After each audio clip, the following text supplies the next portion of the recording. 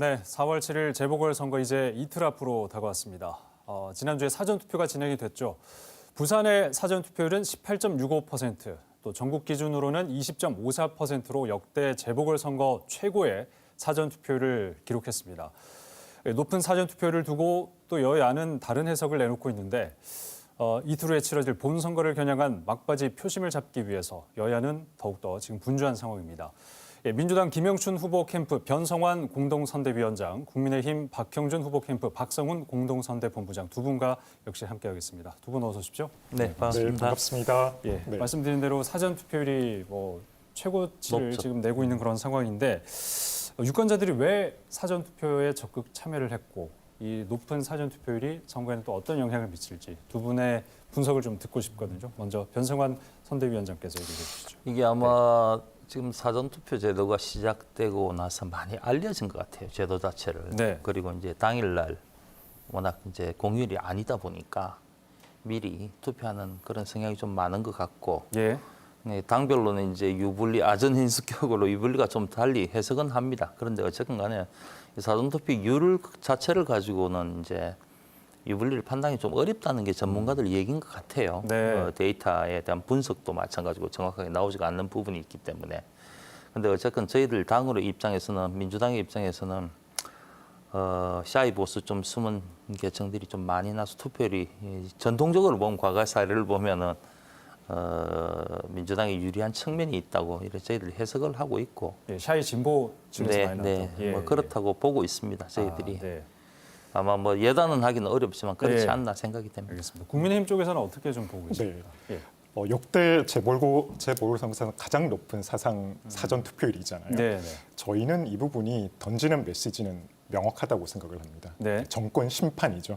정권 심판에 대한 메시지가 담겨져 있다고 생각을 하고요. 예. 특히나 통상적으로 사전 투표율이 높을수록 정부 여당에 대한 심판의 목소리가 강하게 반영되어 있다라고 해석을 합니다. 그런 측면에서 보더라도 아마 저희 당에 국민의힘이 굉장히 유리하다고 해석을 합니다.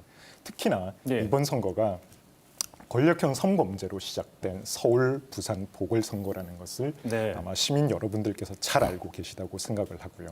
마지막으로 2030 젊은 세대가 국민의힘에 보여준 높은 지지도가 사전 투표율의 상당 부분 반영되어 있지 않나 그렇게 해석을 합니다. 네, 역시 다른 분석 또 다른 전망을 얘기를 해주셨는데 사전 투표 열기 외에도 주말 유세 열기도 함께 뜨거웠습니다. 총력전을 위해서 민주당에서는 이낙연 상임선대위원장 또 강경화 또 김부겸 전 장관까지 이렇게 힘을 보탰고 국민의힘에서는 또 김종인 비대위원장, 홍준표 의원 지원 유세에 나선 그런 상황인데 자, 유권자의 마지막이 표심 어떤 부분을 좀 공략을 하는 전략인지 이번에는 박성훈 선대본부장께서 얘기를 좀 네. 해주시죠. 예.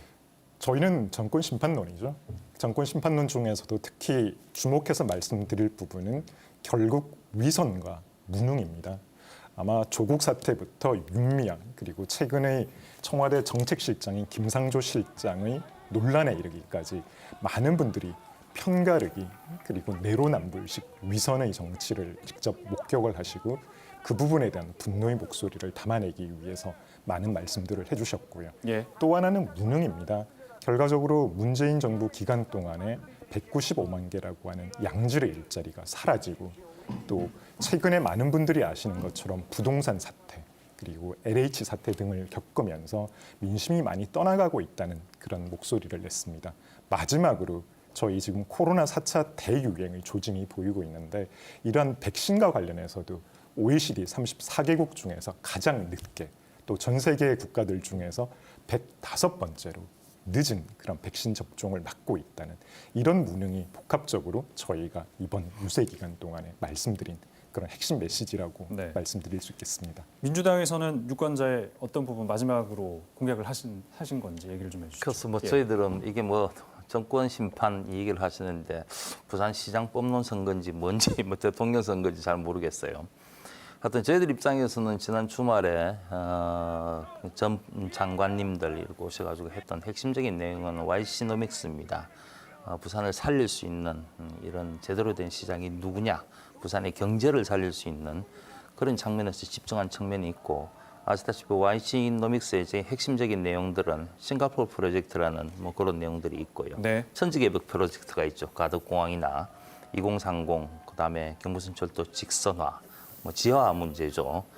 경부선 숲길, 40리 숲길을 만들겠다는 그런 네. 내용들에 대한 거를 중점적으로 얘기를 했고, 또 이제 부가적으로는 지금 뭐 하루가 다르게 쏟아져 나오고 있는 박형준 후보의 각종 의혹들, 뭐 그런 부분들이 오늘도 나왔죠. 아마 언론에서 방송이 됐고, 예. 김어준 뉴스공장에서 나온 바가 있지만, 뭐 정언이 계속 나오고 있지 않습니까? 이게 또 언제까지 나올지도 모르겠어요. 그런 부분에 대한 분명한 해명을 요구하는 그런 내용들은 면밀한 검증의 과정이라고 저희들은 보고요. 네. 그런 점에 대해서 집중해서 문제점을 부각시키고 있다는 말씀을 드립니다. 그 유세를 통해서도 많은 유권자들이 이제 정보를 얻게 되고 또 어떤 후보에 대해서 선택을 해야 되겠지 판단을 하시겠는데 부산 경실련에서 지난 금요일에 후보자 공약 검증 결과를 발표를 했습니다. 먼저 김영춘 후보 공약과 관련해서 기존 부산시정의 어떤 주요 공약들 그런 부분들을 그냥 그대로 탑승한 게 아닌가. 그래서 참신성이라든지 또 개혁성이 좀 떨어진다 이런 평가를 내놨는데 여기에 대해서 어떻게 대답을 하시겠습니까? 저희들은 그렇게 생각합니다. 이게 아마 그런 것 같아요. 지금 우리 핵심적인 공약들이 가덕신공항 이런 문제, 그다음에 경부선철도 직선화, 네. 지화 문제, 뭐 저기 나오시면 코로나 극복과 중성상면 피해 지원이 문제인데 이런 부분들은 아마 경실련 부산 경실련에서 그런 평가를 한 이유 자체가 과거에 계속되는 약속, 시민들에 대해서 20여 년 전부터 해오겠다는 약속인데 지켜지지가 않았지 않습니까? 네. 경부선철도 지하 문제도 마찬가지입니다. 계속적으로 나왔던 문제인데 그런데 그 약속은 부산의 100년 대계를 이루어낼 수 있는 핵심적인 공약들입니다. 예. 그리고 그 구체적인 플랜을 저희들이 얘기를 하고 있는 부분이고 이제는 하나하나 이루어가고 있죠. 저희 당 입장에서는. 직선화 문제도 경부선철도 지하 문제도 마찬가지예요. 네. 공항은 말할 것도 없고요. 그것도 35억의 예산이 들어갔기는 했지만 결국 부산시에서 했던 사업을 이제 국가가 하겠다는 약속을 한 겁니다. 이런 약속들이 하나하나 실천되면은 이런 뭐 진부한 공약이다 이런 말들은 이제 나오지 않을 거라고 저희들은 알겠습니다. 생각을 합니다. 반면에 이제 박형준 후보의 경우에는요, 상당 부분이 토목공사 위주에 집중이 돼 있고 그 때문에 도시 개발 사업 투기 확대 가능성, 단개발 문제 이런 지적이 경실련을 통해서 있었는데 여기에 대해서 박성훈 선대본부장 어떻게 답하시겠습니까? 네. 예. 뭐 대부분의 공약들이 뭐 투기, 뭐 개발 이런 쪽에 집중되어 있다는 것은 아마 잘못 알고 계시는 내용이고요. 저희 공약은 김영춘 후보와 비교해 보더라도 43개 공약에 약 6조 5천억입니다. 김영춘 후보 공약은 10개 사업에 약 9조 5천억 정도가 들어있고요. 저희가 공약을 세분해서 말씀을 드리면 이런 토목 사업보다는 오히려 컨텐츠 위주의 그리고 복지, 아동, 청소년, 문화에 이르기까지 다양한 사업들로 이루어져 있습니다. 네. 결국 시민 여러분들이 피부에 체감할 수 있는 그런 공약들이 오히려 훨씬 더 많다는 점을 말씀드릴 수 있고요. 네. 그렇기 때문에 토목 위주의 공약이다. 아마 이 부분은 잘못 이해를 하시는 것 같고 앞에서 말씀드린 것처럼 산업협력 또는 이런 새로운 부산의 미래를 만들 수 있는 컨텐츠가 되는 그런 공약들이 훨씬 더 많이 이루어져 있다. 이렇게 말씀을 드릴 수 있습니다. 네. 이제 선거를 앞두고 두 분과 함께하는 그 마지막 시간이 될 것 같은데 힘 있는 여당 시장 그리고 정권 심판 두 프레임이 이번 선거에 큰 어떤 맥락이 그건 분명한 것 같습니다. 자, 오늘과 내일 마지막 판세 어떻게 좀 진행이 될 건지 끝으로 두 분의 전망 짧게 듣고 저희가 마치도록 하겠습니다. 이번에는 먼저 박성훈 선대본부장께서 얘기를 해주시죠. 네. 이번 보궐선거의 특징이 예. 범보수의 집결이라고 저는 말씀을 드릴 수 있습니다. 지난주에 안철수, 홍준표, 유승민 전 대표 이르기까지 중도 보수에서 범보수를 아우르는 많은 분들이 결집을 해주셨고요. 결국 정권에 대한 심판의 목소리 너무나 많이 강하게 현장에서 분출되고 있습니다. 특히 청년들의 그런 분노 이런 부분들이 너무나 생생하게 와닿고 있는 그런 차원에서 저희 국민의힘 박영준 후보 부산 시민 여러분들의 목소리를 하나하나 진정성 있게 듣고 그 부분들을 꼭 실천에 옮길 수 있도록 노력을 하겠습니다. 부산 네. 시민 여러분 꼭 박형준 후보 밀어주시기 바랍니다. 네. 마지막에 지지에 또 발언까지 해주셨는데 박성훈 선대본부장 얘기 들어봤고요. 변성환 선대위원장께서는 마지막 판세 어떤 식으로 좀 보고 계신지. 뭐 아마 저희 부산 시민들의 현명한 판단을 저희들은 믿습니다. 네네. 또 얼마나 이제 힘 있는 이 현 정권 하에서 뒷받침을 해서 부산을 살 수 있는 경제 시장이 누군가 하는 것은 당연히 아시리라고 보고요.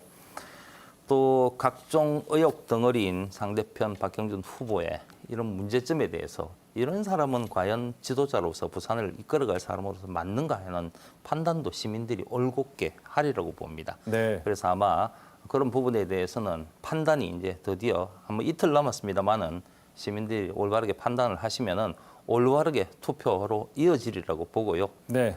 우리 김영춘 후보가 꼭 되리라고 봅니다. 알겠습니다. 저희가 다음 주에 선거 끝나고 두 분을 또 모시고 선거 이후의 얘기도 한번 진행을 할 수 있으면 해보도록 하겠습니다. 두 분 함께해 주셔서 고맙습니다. 감사합니다.